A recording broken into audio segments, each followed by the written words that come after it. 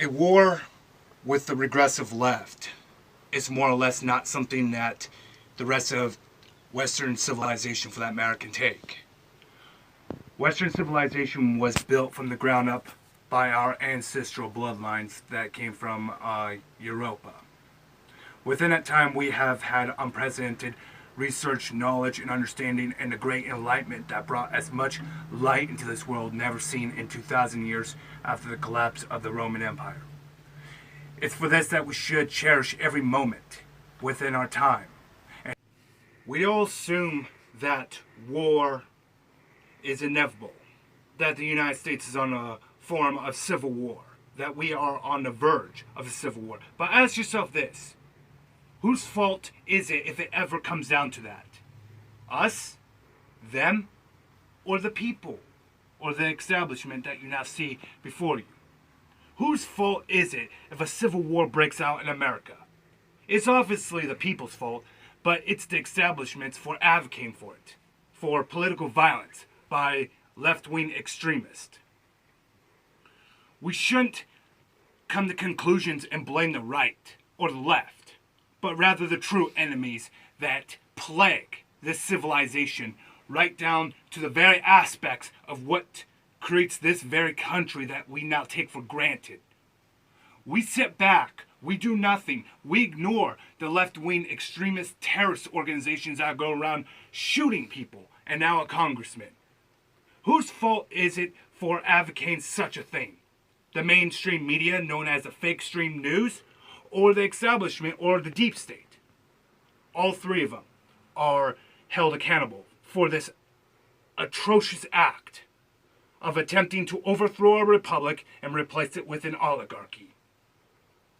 Ask yourself this: if civil war ever broke out in the West, whose fault would it really be?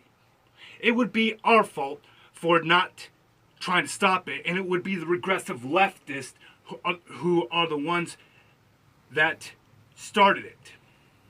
It would be the people of the West who started a civil war.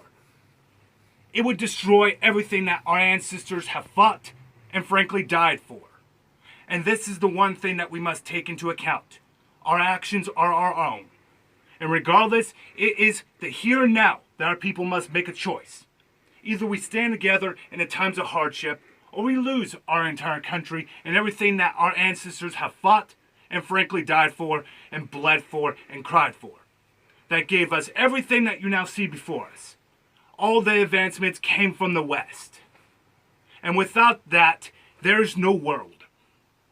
Because if the West falls, everything that you see today, that other countries have modeled themselves after that of the Western world itself, will collapse. Do you people not understand? The West is the best for the various reasons that it was the very heart of Renaissance and free-like thinking and thought. Without that, there is no West. Without any Western civilization, for that matter, there is nothing that will rebuild what has been lost. We have expanded beyond that of even the Roman Empire. And look how long it took to rebuild what was lost. 2,000 years. If this civilization does collapse, for that matter, then how is it that it will rebuild itself if there's nothing for it to rebuild itself? All the other civilizations that take our wealth, our knowledge, and our prosperity for granted and otherwise would then come in and carve us up. There wouldn't be any freedom, liberty, or democracy, or freedom of speech, or freedom of rally, or freedom of expression, because it would be like the Dark Ages. Except in this count, nothing would replace what we have lost. It is a very fragile balance to keep a civilization the way it is now that we take for granted. But we must take into account that our civilizations, the very unique of it, makes it incredibly rare within all the history of humanity.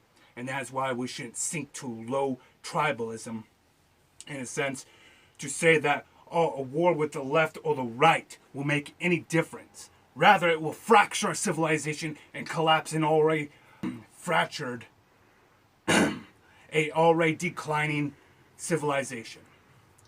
An already fragile one, if I may add.